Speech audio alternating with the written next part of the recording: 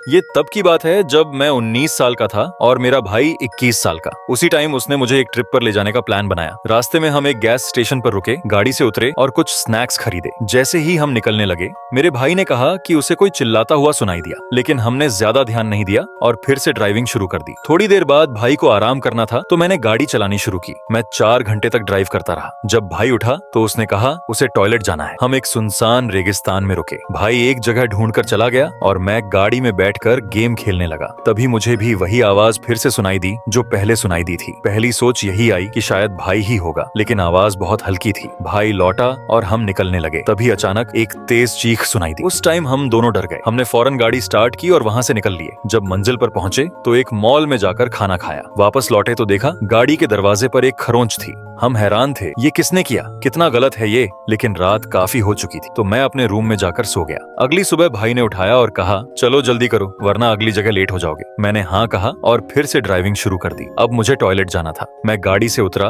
और एक शांत सी जगह ढूंढी। जैसे ही बैठा मैंने देखा एक लंबा आदमी मुझे घूर रहा था। उसके चेहरे पर अजीब सी चमकदार मुस्कान थी। मेरे तो पैरों से जान ही निकल गई। मैं दौड़कर गाड़ी तक पहुंचा और भाई से बोला जल्दी ड्राइव करो, और उसे सब कुछ बता दिया। इसके बाद हमने फैसला किया कि होटल बदल लेते हैं। जब नया होटल मिला तो करीब 3 बजे रात थी। मैं नींद में था, तभी आंख खुली और कमरे में कुछ देखा। डर तो बहुत लगा, लेकिन हिम्मत करके बैग से एक बॉल निकाली और धीरे धीरे कमरे के आगे बढ़ा। जैसे ही कमरे के पास पहुंचा, अंदर से एक तेज चीख सुनाई दी। मेरी नींद एकदम उड़ गई। भाई को तुरंत उठाया और हम दोनों ने फौरन सामान उठाया और बिना पीछे देखे होटल छोड़ दिया। रास्ते में रेडियो ऑन किया तो एक इमरजेंसी न्यूज चल रही थी। जिस होटल में हम पहले रुके थे वहाँ कुछ हुआ था। उसी कमरे में जिसमें हम थे, एक मर्द और एक औरत का मर्डर हो गया था। हमने फैसला किया कि वापस जाकर पता लगाते हैं। जब वहाँ पहुंचे तो भाई ने होटल स्टाफ से पूछा। उन्होंने बताया कि एक लंबा आदमी रूम नंबर 207 में घुसा था। 3 घंटे बाद 2 लोग उस कमरे से भागते हुए निकले। इससे पहले कि वो और कुछ बताते, मैंने उन्हें अपनी कहानी सुनाई। स्टाफ ने कहा कि हमारे जाने के बाद एक कपल उस कमरे में आया।